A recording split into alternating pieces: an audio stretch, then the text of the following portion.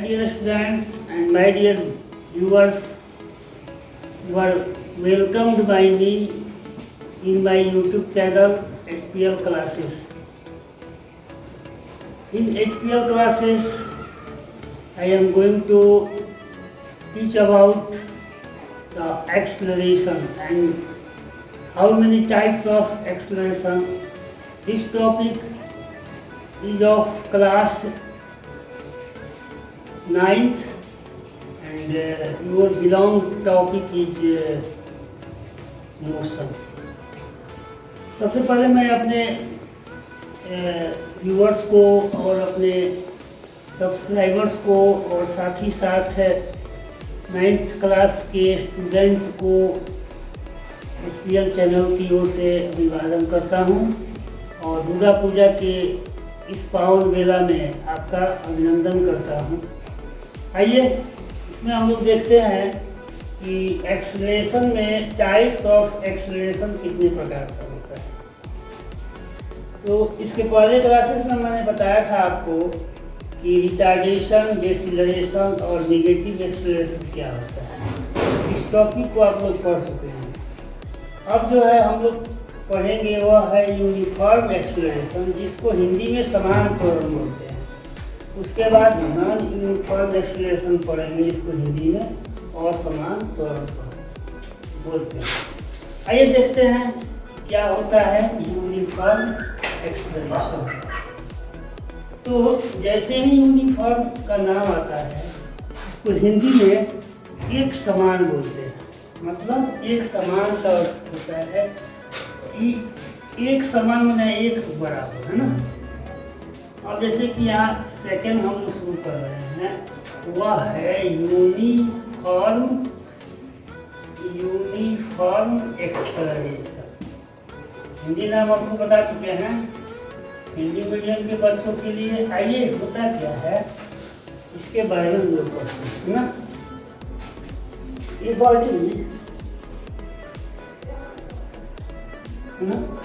has a uniform acceleration if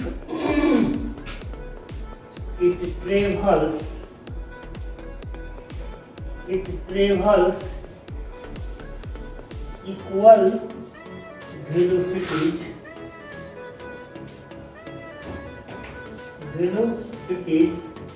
in straight line path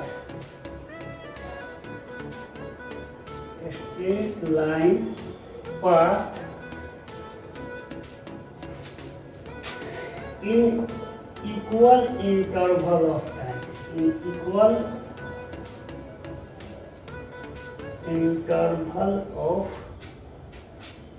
of times, either these intervals of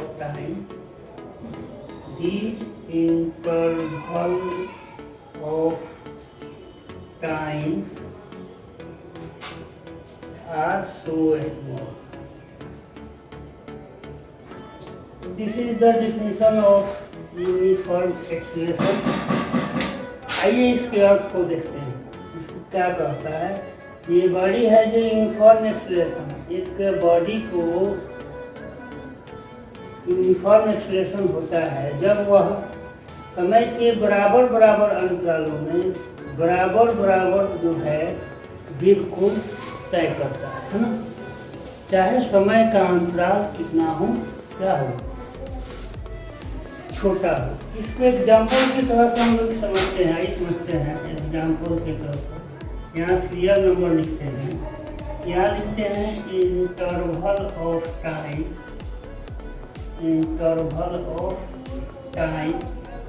यहाँ लिखते हैं, या इसको हम लिख सकते हैं time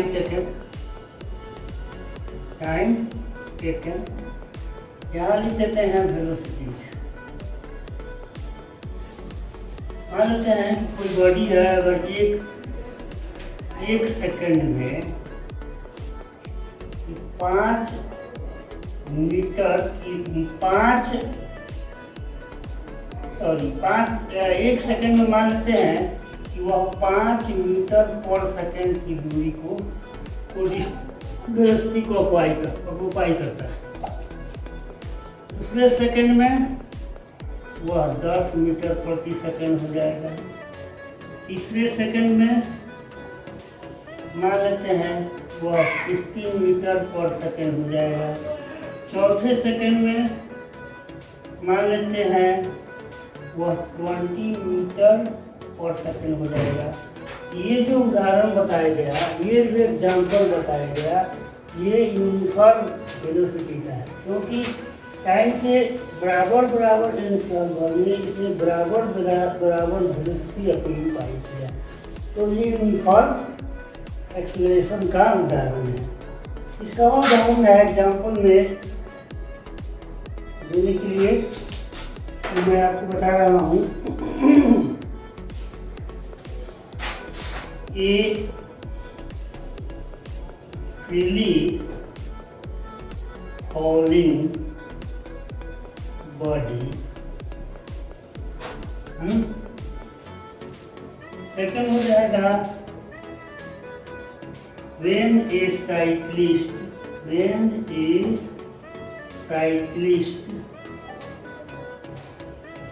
travels his cycle around the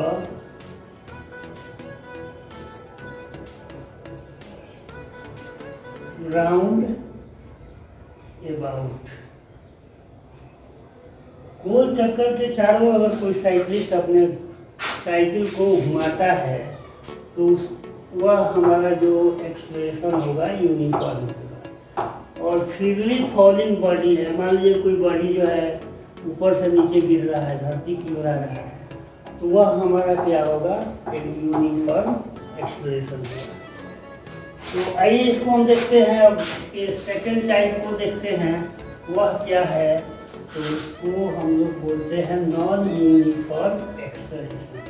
जैसे उसका नाम वही बता रहा है कि असमान वेग। असमान वेग का मतलब क्या होता है कि समय के बराबर अंतरालों में जो वेलोसिटी ऑक्यूपाई किया जाएगा बॉडी के द्वारा वह समान नहीं होगा। तो इसको हम लोग बोलते हैं नॉन यूनिफॉर्म एक्सलेशन। आइए इसको देखते हैं क्या है। इसको हिंदी में हम लोग बता चुके हैं क्या होता है। नॉन यूनिफॉर्म एक्सलेशन का मतलब और समान त्वरण। परिभाषा सेम रहेगा, इसमें कोई डिफरेंस नहीं है। तो लिखेंगे a body has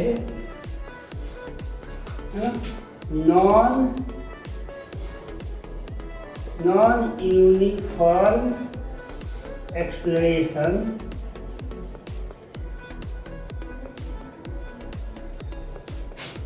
if it travels unequal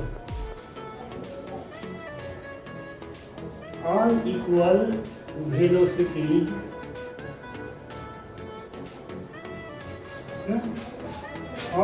equal velocity in the equal interval of time, either these interval of times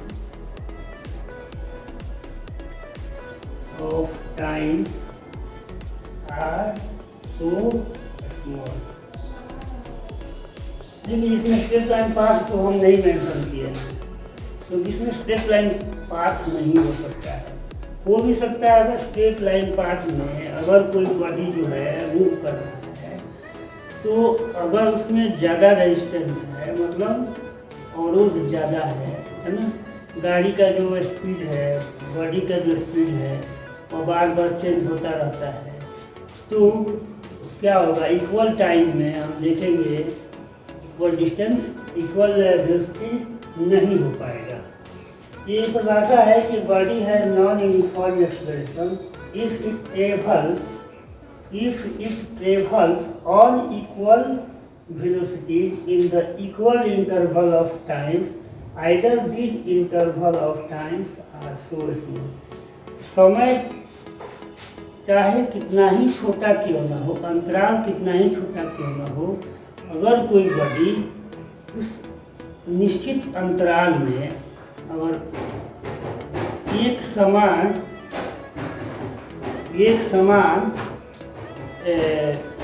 velocity को तय नहीं करती है तो उसको नॉन यूनिफॉर्म एक्सेलरेशन कहा गया।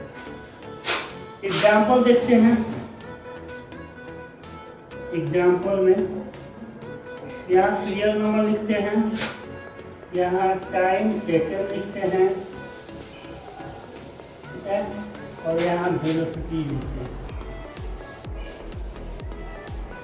मान लीजिए कि सीरियल नंबर 1 डालते हैं और यहाँ लिखते हैं कि 1 सेकंड। 1 सेकंड में किसी बॉडी का मान लेते हैं स्पीड जो है 5 किलोमीटर पर सेकंड।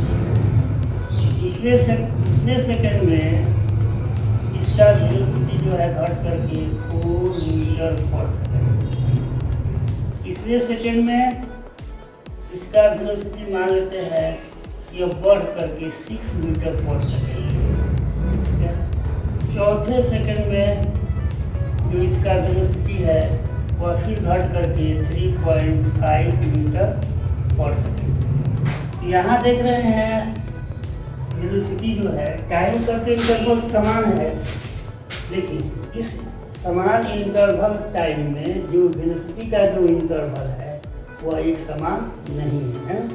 इसलिए कहा जाएगा कि यह एग्जाम्पल जो है नॉन यूनिफॉर्म एक्सेलरेशन को दर्शाता है। आइए कुछ और एग्जाम्पल्स को हम लोग देखते हैं ना, है ना। when a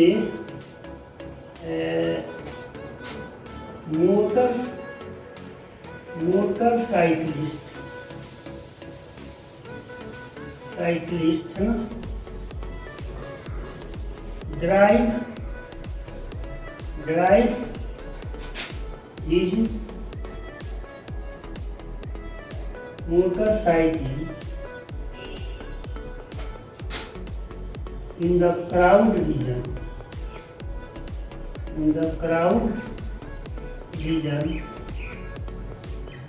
then this velocity will not be non-uniform acceleration. तो भीड़ भाड़ के इलाके में हम लोग गाड़ी चलाते हैं तो इस समय क्या होता है कि हमारा जो वेलोसिटी होता है वो एक समान नहीं होता है, कभी बढ़ता है, कभी घटता है, कभी बढ़ता है तो कभी घटता है ना। इस सिचुएशन के हिसाब से हम लोग बाइक ड्राइव करते हैं, तो वह हमारा जो होगा वह नॉन यूनिफॉर्म एक्सेलरेशन का उदाहरण होगा, उसमें यूनिफॉर्म एक्सेलरेशन आपका नहीं होगा। आइए एक बार फिर से एक पर देख लेते हैं। बॉडी है नॉन यूनिफॉर्म, बॉडी को तब नॉन यूनिफॉर्म एक्सेलरेशन में माना जाएगा जब समय के बराबर अंतरालों में वो बराबर क्या करता है, वेग को ऑक्यूपाई नहीं करता है ना। तो इस प्रकार के वेग को हम असमान, इस प्रकार के त्वरण को हम असमान त्वरण कहते हैं। एग्जाम्पल में आपको दिखाया गया है कि 1 सेकंड में 5 मीटर पर सेकंड जा रहा है, दूसरे सेकंड में 4 मीटर पर सेकंड जा रहा है, तीसरे सेकंड में 6 मीटर पर सेकंड जा रहा है, चौथे सेकंड में 3.5 मीटर पर सेकंड जा रहा है। इंटरवल ऑफ टाइम सेम है, लेकिन वेलोसिटी आपका जो है क्या इंटरवल सेम नहीं है, इसलिए नॉन यूनिफॉर्म एक्सेलरेशन का उदाहरण होगा। यहाँ पर एक मोटरसाइकिल जो है अपना बाइक क्राउड रीजन में चलाता है तो क्या होगा, वह जो है नॉन यूनिफॉर्म एक्सेलरेशन का उदाहरण। तो फ्रेंड्स, स्टूडेंट्स आप लोग देखिए कि नॉन यूनिफॉर्म एक्सेलरेशन क्या होता है। इस प्रकार से हम लोग एक्सेलरेशन को के बारे में स्टडी करते हैं। देखिए, वैसे अगर सिलेबस के हिसाब से चला जाए तो एक्सेलरेशन आपका जो टॉपिक है वह खत्म हो गया। लेकिन मेरा ये व्यू है, मेरा ये सोचना है कि आपको तैयार करना है कॉम्पिटिटिव पर्पस से, है ना। तो कुछ ऐसी जानकारियों को देना आवश्यक होता है जो कि आपके लिए यूजफुल है और भविष्य में भी उसका काम आने वाला है। उस पर्पस से हम लोग जो है सर्कुलर मोशन को एक बार देखते हैं। जैसे हमारा पाथ जो होता है, चलने का जो पाथ होता है वह कई प्रकार से हो सकता है। स्ट्रेट लाइन हो सकता है, कर्व हो सकता है, उसके बाद सर्कुलर हो सकता है, हमारा पाथ सर्कुलर हो सकता है। तो सर्कुलर में भी क्या एक्सेलरेशन और वेलोसिटी और स्पीड इसी प्रकार से होता है, उसमें डिफरेंस होता है। जब तक हम इसको पढ़ेंगे नहीं तब तक इसको समझ नहीं पाएंगे। आइए देखते हैं, ये मान लेते हैं कोई हमारा बॉडी है, ठीक है, ये जो है मूव कर रहा है तो सर्कुलर पार्ट में कर रहा है। जानते हैं सर्किल में सेंटर होता है, ठीक है। अब अगर बॉडी जो है मान लेते हैं कि यहाँ ए से जो है चलना प्रारंभ करता है, तो ये जो ओए जो हुआ वह उसका रेडियस है, ठीक है। और यहाँ से चलेगा तो यहाँ से जब एक रोटेशन जब आएगा तो वह एक साइकिल पूरा करेगा। जिस स्थान से चलेगा उस स्थान पर एक साइकिल होगा। मान लेते हैं बी पर पहुँचता है, उसका पोजीशन सी पर होता है, उसका पोजीशन डी पर होता है, तो इसका डायरेक्शन ऐसे हो जाएगा, टेंजेंशियल हो जाएगा। ए पर है तो ये ऐसे हो जाएगा, ठीक है। डी पर है तो अगर ऐसे मूव कर रहा है तो सी पर हो जाएगा तो ऐसे हो जाएगा, बी पर जाएगा तो ऐसे हो जाएगा। यहाँ हम लोग देख रहे हैं कि उसका जो पोजीशन है मूव करने का डायरेक्शन हर बार चेंज होगा। यहाँ देखिए, मान लीजिए कि अगर वो हेक्सागोनल पाथ पर जो है चल रहा है, हेक्सागोनल पाथ पर वो चल रहा है। अगर यहाँ से अगर कोई बॉडी चल रहा है, यहाँ आया बी पर पहुँचा, बी से फिर सी पर आया, ठीक है, फिर सी से डी पर गया, डी से ई पर गया, ई से एफ पर गया। तो देख रहे हैं कि यहाँ भी उसका डायरेक्शन जो है यूनिफॉर्म नहीं है, डायरेक्शन उसका चेंज हो रहा है। जब भी डायरेक्शन चेंज होगा तो निश्चित है कि उसका वेलोसिटी भी जो है, उसका जो वेलोसिटी भी है चेंज हो जाएगा, लेकिन उसका स्पीड क्या होगा, कांस्टेंट होगा। तो इस चीज़ को करने के लिए हम लोग शुरुआत करते हैं। सबसे पहले करते हैं हम लोग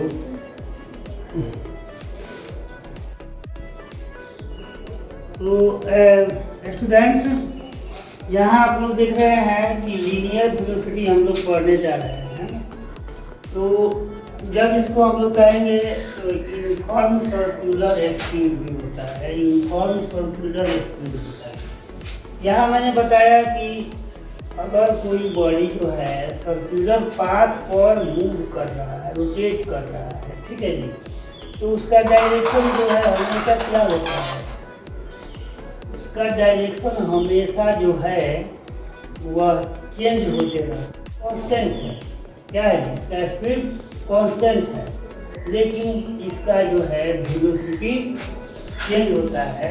इसको हम लोग यूनिफॉर्म सर्कुलर स्पीड के नाम से भी जानते हैं, क्योंकि जो है इसमें जो स्पीड है वह क्या होता है, आपका कांस्टेंट होता है, यूनिफॉर्म होता है। आइए इसकी डिफिनेशन को देखते हैं, ठीक है। तो ये बॉडी है ऐसे को इस प्रकार से दिखाते हैं ना, लीनियर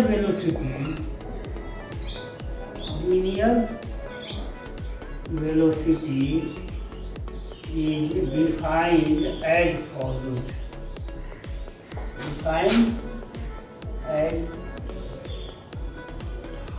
follows. तो लिखेंगे it is the division of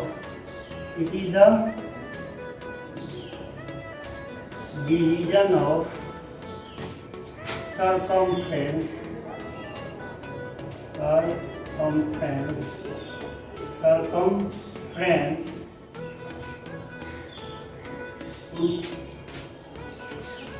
distance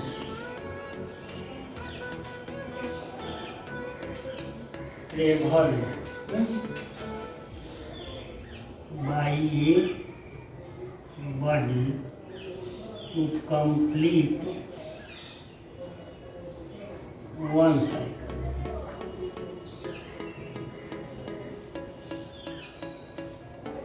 It is the division of circumference and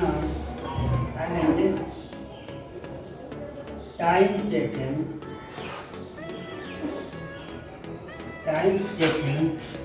to complete one cycle in the circular path क्या होगा? सर्कुलर होगा। तो एक साइकिल में अगर कोई बॉडी जितना डिस्टेंस कवर करता है उस डिस्टेंस में टाइम टेकन से जो है हम भाग कर देते हैं तो हमारा लीनियर वेलोसिटी आ जाता है। तो लीनियर वेलोसिटी क्या है जी? सरकमफ्रेंस जो होता है, एक साइकिल कंप्लीट होता है और उस साइकिल को कंप्लीट करने में जितना समय लगता है दोनों को जब भाग कर दिया जाता है तो ये लीनियर वेलोसिटी आ जाता है। आइए इसके एक्सप्रेशन को देखा जाए। इसका एक्सप्रेशन हम लोग कैसे निकालते हैं? ओके, तो यहाँ मान लेते हैं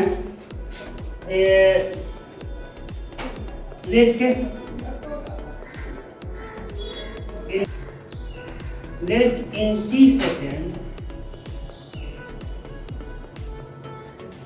the body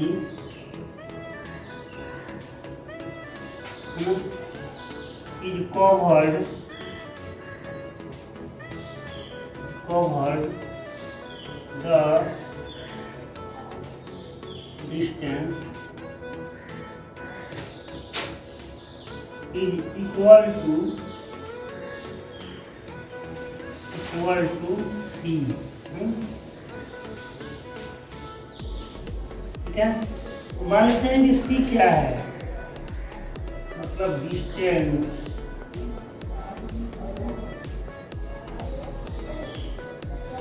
traveled by a body in one complete cycle. क्या लिखा है? जो डिस्टेंस कवर होता है बॉडी के द्वारा ये कंप्लीट साइकिल में उसको हम लोग सी के द्वारा। टी क्या है? T it is the time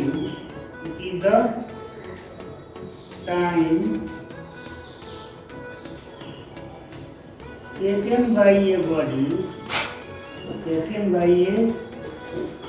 body to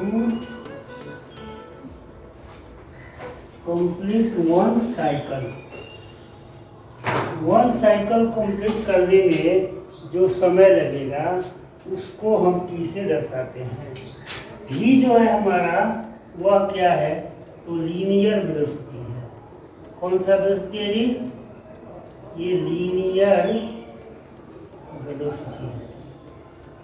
इसको रेखीय वेग बोलते हैं हिंदी में। तो आइए इस एक्सप्रेशन को हम जो है यहाँ दर्शा रहे हैं कि एक्चुअल में है क्या। तो अभी हम लोग पढ़े हैं कि जो लीनियर वेलोसिटी होता है, लीनियर लीनियर वेलोसिटी होता है वह सरकमफ्रेंस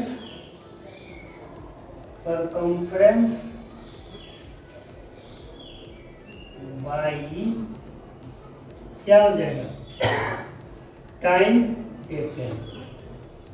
यहाँ आपको मेंशन किया गया है टाइम टेकन क्या है, एक कंप्लीट साइकिल को कंप्लीट करने में बॉडी को जितना समय लगेगा उसको हम लोग करेंगे। अब सरकमफ्रेंस जो होता है वो 2πr के बराबर होता है और टाइम टेकन को हम लोग दिखाते हैं t से, ठीक है। तो ये हो जाता है, ये आपका लीनियर वेलोसिटी का एक्सप्रेशन बन जाता है। न्यूमेरिकल जब हम लोग बनाएंगे तो हम जो है इसको v × t = 2πr कर सकते हैं, ठीक है जी। इससे हम लोग निकालेंगे और t निकालना है तो 2πr/v कर सकते हैं। अगर r निकालना है हमें तो r जब निकालना है तो v × t/2π कर सकते हैं। ये हमारे फॉर्मूला है जो कि न्यूमेरिकल बनाने में आपको काम देता है। आइए इसके SI यूनिट के बारे में जानते हैं। तो इसका SI यूनिट क्या होता है, आइए देखते हैं। SI unit of linear velocity, linear velocity. तो वेलोसिटी का SI यूनिट हम लोग को मालूम है कि मीटर पर सेकंड होता है, तो इसका भी वही होगा। Its SI unit is metre per second, ये आपका SI यूनिट हो जाएगा। और it is a vector quantity, ये वेक्टर क्वांटिटी। इसको फिगर के द्वारा पढ़ा जाए, इसको फिगर के द्वारा पढ़ा जाए, फिगर से भी इसको समझा दिया जाए तो आपको ज़्यादा क्लियर हो। जैसे मान लिया जाए कि ये हमारा जो है सर्कुलर पाथ, क्या है ये हमारा सर्कुलर पाथ है। बॉडी जो है यहाँ ये प्लेस से चलता है, B पर आता है, फिर C पर आता है, फिर D पर आता है, फिर A पर जब आएगा A से चलेगा D पर जाएगा, B पर से C पर जाएगा, C से D पर जाएगा, D से पूरा A पर आएगा, है ना। तो जैसे ही वो एक साइकिल पूरा करता है तो C जो होता है वो 2πr के बराबर हो जाता है, ठीक है। तो रेडियस मान लेते हैं यहाँ से यहाँ तक इसको मिला दिए तो रेडियस हो गया, और रेडियस का डबल क्या होता है हमारा, ये 2r जो होगा वो डायमीटर हो जाएगा। रेडियस का दुनिया डायमीटर होता है। तो C = अगर पाई × 2r कर लेते हैं तो पाई भी क्या हुआ, वन साइकिल में कंप्लीट डिस्टेंस को दर्शाता है, ठीक है। तो ये जो हमारा फिगर हुआ इसमें हम लोग देख रहे हैं कि B पर अगर जो है इस तरह से इसका मार्ग होगा, C पर ऐसे होगा, D पर इसका डायरेक्शन ऐसे होगा, A पर डायरेक्शन इसका ऐसे होगा। तो डायरेक्शन देख रहे हैं कि हम लोग इसका बराबर चेंज होते हो रहा है, लेकिन स्पीड क्या है, कांस्टेंट है। इसलिए लीनियर वेलोसिटी को सर्कुलर पाथ में हम लोग यूनिफॉर्म सर्कुलर स्पीड भी बोलते हैं। तो ये हमारा हुआ लीनियर वेलोसिटी के बारे में। अब हम लोग पढ़ते हैं एंगुलर वेलोसिटी के बारे में। What is angular velocity? तो एंगुलर वेलोसिटी जिस प्रकार से आपका लीनियर वेलोसिटी होता है उसी प्रकार से एंगुलर वेलोसिटी भी होता है। मान लिया जाए ये आपका सर्कुलर पाथ है, ये सर्कुलर पाथ है। तो बॉडी जो है ये मूवमेंट का पाथ क्या है, तो सर्कुलर है। मान लेते हैं कि वो सेंटर पर है, ठीक है। और यहाँ से जो बॉडी जो है ये यहाँ बॉडी है, अब ये भी ऊपर पहुँच गया, ठीक है। इसने जो है एक एंगल फॉर्म किया जिसको हम लोग थीटा के द्वारा दर्शाते हैं। तो अब हम लोगों का सेकंड टॉपिक है कि एंगुलर वेलोसिटी क्या होता है। इसको बोलते हैं कोणीय वेग।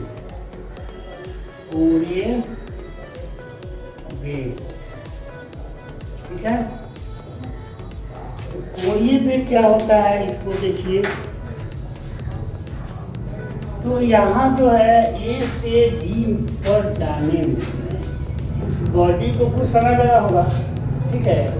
तो वो समय और जो एंगुलर डिस्प्लेसमेंट हुआ है, एंगल में जो फॉर्म हुआ है, इसके सेंट्रल एंगल जो ऊपर बन रहा है वो, तो थीटा और उस समय के अनुपात को हम लोग क्या करते हैं, एंगुलर देखेंगे। Angular velocity of a body who is traveling along the circular path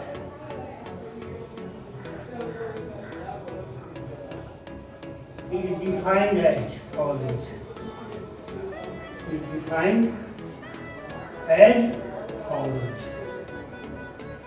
Okay. So it is the ratio of the angle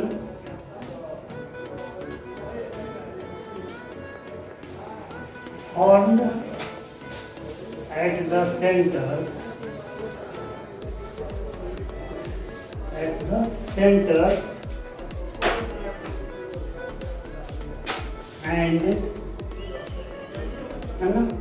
and the time by which this angle is formed.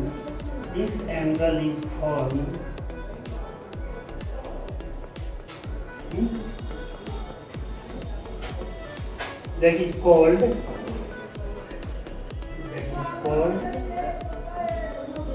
angular velocity. It is called angular velocity. तो angular velocity का expression अगर हम लोग देखते हैं, इसका अगर expression हम लोग देखते हैं, आइए इसके एक्सप्रेशन को देखा जाए। It is denoted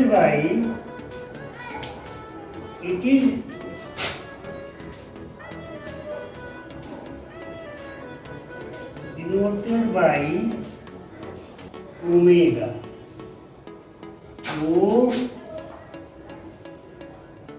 ओमेगा है ना। तो ओमेगा क्या हो जाएगा जी, ओमेगा का जो मान होगा यहाँ पर, ये जो ओमेगा होगा वो थीटा बाई टी होगा, ठीक है। ये इसका जो है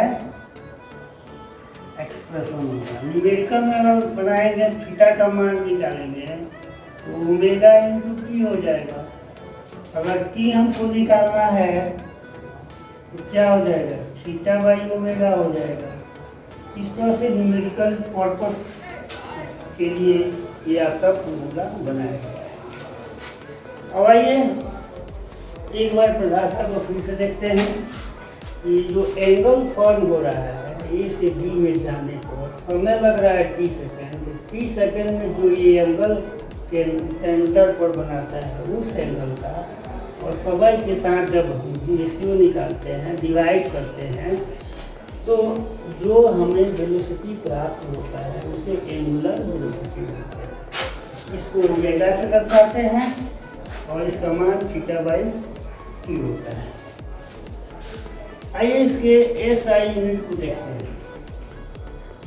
एसआई यूनिट को हम लोग देखते हैं, लिखेंगे एसआई यूनिट ऑफ एंगुलर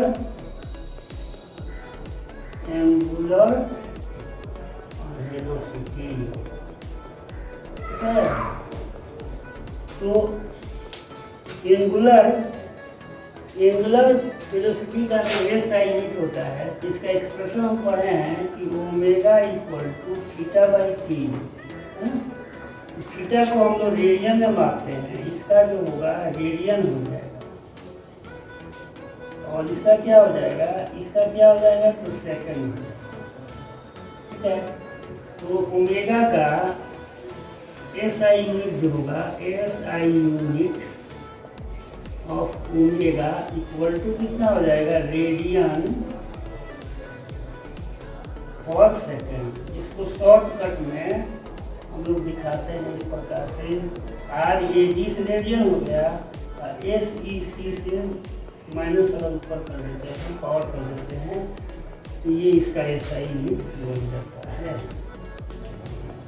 अब इसका जो है लास्ट आर्टिकल है types of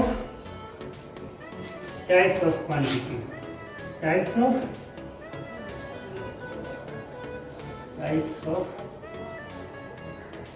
quantity.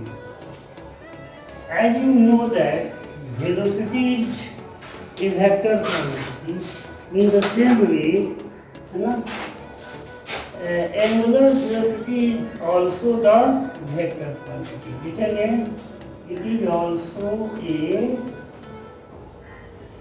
vector quantity.